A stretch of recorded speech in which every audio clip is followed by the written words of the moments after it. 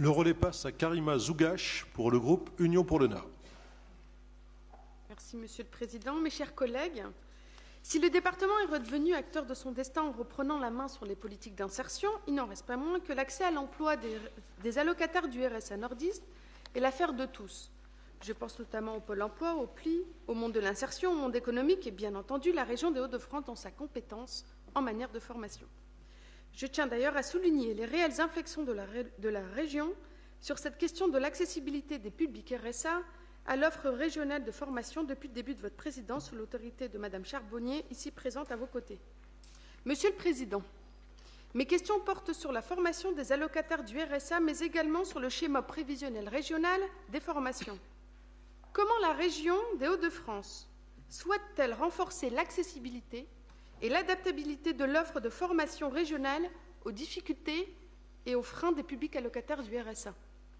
Comment pouvons-nous encore avancer sur l'efficience de l'orientation et de la prescription en matière de formation professionnelle au plus près des acteurs des territoires, notamment au sein de nos plateformes départementales de l'insertion et de l'emploi?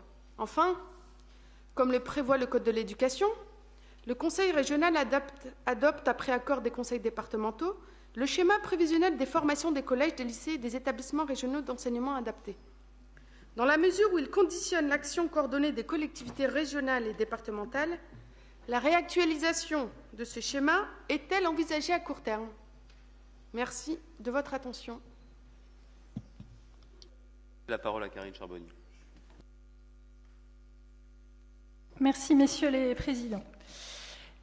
Merci pour votre question. Donc, nous avons voté en fin d'année dernière notre nouvelle stratégie régionale de formation, le CPRDFOP, qui est un schéma quadripartite, État, région et partenaires sociaux, et qui a posé différents principes, et notamment la volonté d'inscrire nos formations particulièrement en lien avec l'emploi, les entreprises qui recrutent et les métiers qui recrutent, et aussi la volonté d'être très pragmatique et le plus possible dans le sur-mesure et l'agilité. Concernant les publics RSA, nous avons, pour synthétiser, on va dire, on a trois leviers d'action. Le premier concerne la formation tout simplement des allocataires au RSA. Donc, depuis l'année dernière, nous travaillons d'abord à faciliter l'accès à la formation des publics RSA, notamment parce que nous voulons une meilleure appropriation de l'offre de formation et nous travaillons à former les référents globaux des départements pour qu'ils puissent eux-mêmes orienter correctement les allocataires du RSA. Et vous l'avez souligné déjà, avant même cela, nous avons une belle progression de l'accès du public RSA au programme de formation régionale, puisque l'année dernière, ce public a représenté une part plus importante que son poids démographique dans la formation, alors qu'il était très en deçà auparavant. Nous souhaitons aussi associer territorialement les équipes du département dans le diagnostic de territoire pour adapter notre carte des formations territorialement. Nous souhaitons aussi clarifier et fluidifier la question de la couverture indemnisation des publics RSA, parce qu'on sait qu'on a là un frein important à l'accès en formation, notamment parce qu'il y a des délais importants. Il y a des mois qui ne sont pas payés, souvent dans les ruptures entre RSA et prise en charge par la formation professionnelle, et nous sommes en train d'étudier comment rendre ça beaucoup plus rapide et fluide de notre côté pour ne pas perdre de stagiaires. Et puis aussi, vous le savez, nous avons obtenu l'expérimentation de la part du gouvernement pour diriger des publics jusque 30 ans vers l'apprentissage, ce qui évidemment intéressera un certain nombre d'allocataires du RSA. Notre deuxième levier, c'est de lever les freins vers un retour à l'emploi, notamment pour les salariés dits en insertion. Et donc nous souhaitons travailler sur l'accès à la formation des publics en insertion pour pouvoir consolider leur accès à l'emploi. Toujours pour ces mêmes publics, travailler aussi sur la validation des acquis de l'expérience, parce que ça permet de cranter comme ça les différentes étapes vers un emploi durable.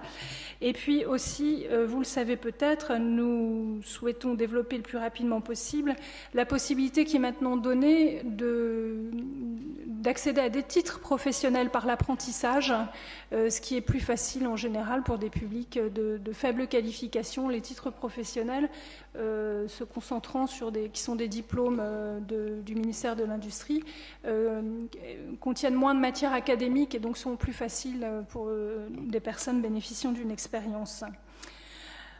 Enfin, nous souhaitons travailler avec le département de manière plus étroite dans le cadre de notre mission Proche Emploi, articuler nos actions. Le président Bertrand y a fait rapidement allusion.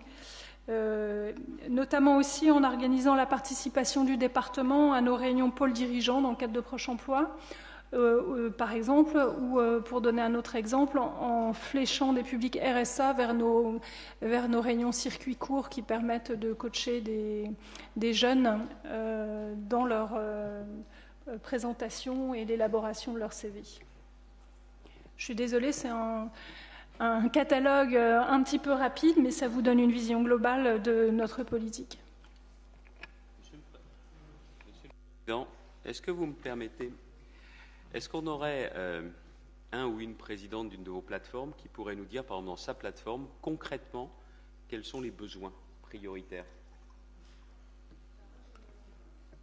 Bien sûr, ça pourrait être Karima, ça pourrait être... la jeunesse est au goût du jour, donc Karima ou Marguerite. On peut le faire toutes les deux en même temps. Vu les besoins, je pense que nos interventions ne seront pas trop. C'est pas moi qui choisis, hein. Et d'ailleurs, c'est... pas de difficulté. Bon, on continue avec Karima, alors. Concrètement, quels sont vos besoins sur... En fait, c'était suite à une réunion avec les services de la direction territoriale Roubaix-Tourcoing qui était basée cette question. C'est que lors de la dernière réunion de service, il m'a été remonté qu'il y avait un besoin de formation d'aide-soignante et que la région bloquait ces formations parce que finalement, ce n'était pas le métier qui était le plus demandeur. Or, on a... je vous remonte simplement de manière concrète ce qui m'a été remonté. Donc, s'il y a une formation sur laquelle on a des besoins, en tout cas sur notre DT, c'est la formation d'aide-soignante. Sur une autre plateforme, quels sont les besoins que vous pouvez avoir? Carole Bory. Moi, je vais me permettre juste de faire un constat. En fait, le pass formation, c'est bien, mais la prise en charge doit être diplômante. Donc, pour des jeunes qui le font en 2 ans, la première année n'est pas prise en charge. Donc ça, c'est une vraie problématique parce que moi, je travaille en plus au quotidien avec le pass formation dans mon job à moi. Et c'est un petit peu dommage, en fait. Le parcours de formation doit être pris en totalité. Effectivement, il faut qu'il y ait un diplôme à la fin. Mais si c'est un diplôme en 2 ans, les 2 ans doivent être peut-être cofinancés avec Pôle emploi, mais en tout cas, ça doit être financé pour les 2 ans. Voilà, merci. Carole Devos. Président, moi sur ma plateforme, donc, qui concerne la plateforme de la Vénois, nous avons un gros besoin en matière de formation liée aux chaudronniers et aux tourneurs.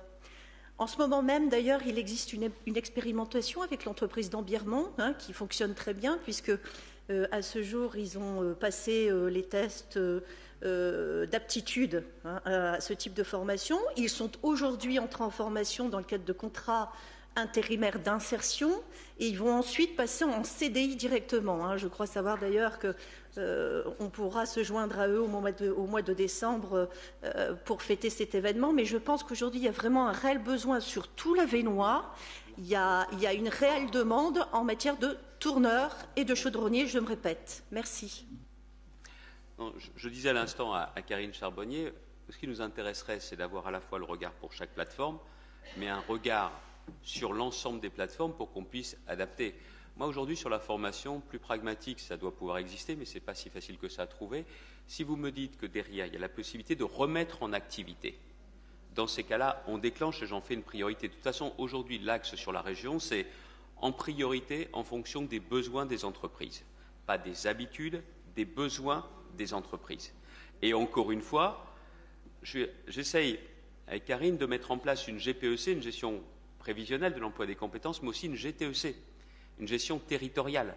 Parce que dans l'Avesnois, ce n'est pas tout à fait les mêmes problématiques que dans le Dunkerquois. Donc c'est ça aussi que l'on essaye de faire. Et comme la région est très grande, si je ne colle pas au terrain, je passe à côté.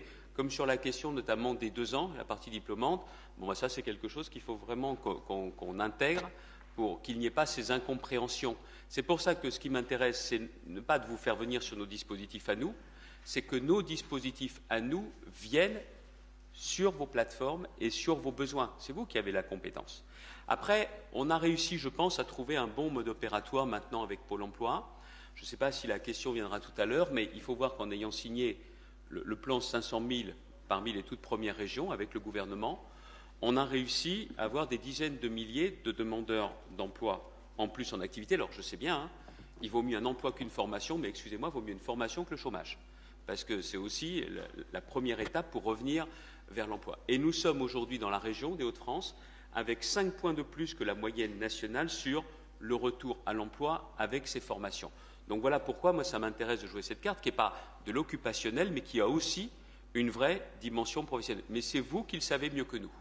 Et on a suffisamment adapté nos dispositifs, notamment avec les passes, pour qu'on puisse encore les faire bouger, notamment dans la thématique du RSA. Sur le RSA, vous me permettrez également de dire que je salue la politique qui a été voulue par le département, le conseil départemental, et je le dis aussi en regardant Olivier, parce que vous avez réussi à montrer qu'on pouvait réussir sans stigmatiser.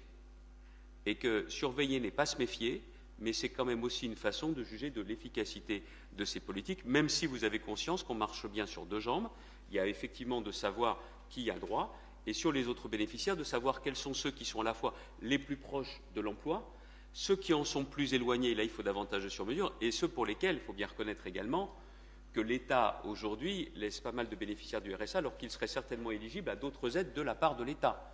Et cette clarification-là, je sais que tu la souhaites, mais elle devra aussi être entendue par le nouveau gouvernement. Donc moi, ça m'intéresse d'avoir vraiment plateforme par plateforme, mais aussi un regard plus général et plus global. Message bien su. 3e question, je souhaiterais qu'il puisse y en avoir ensuite beaucoup d'autres. La parole est à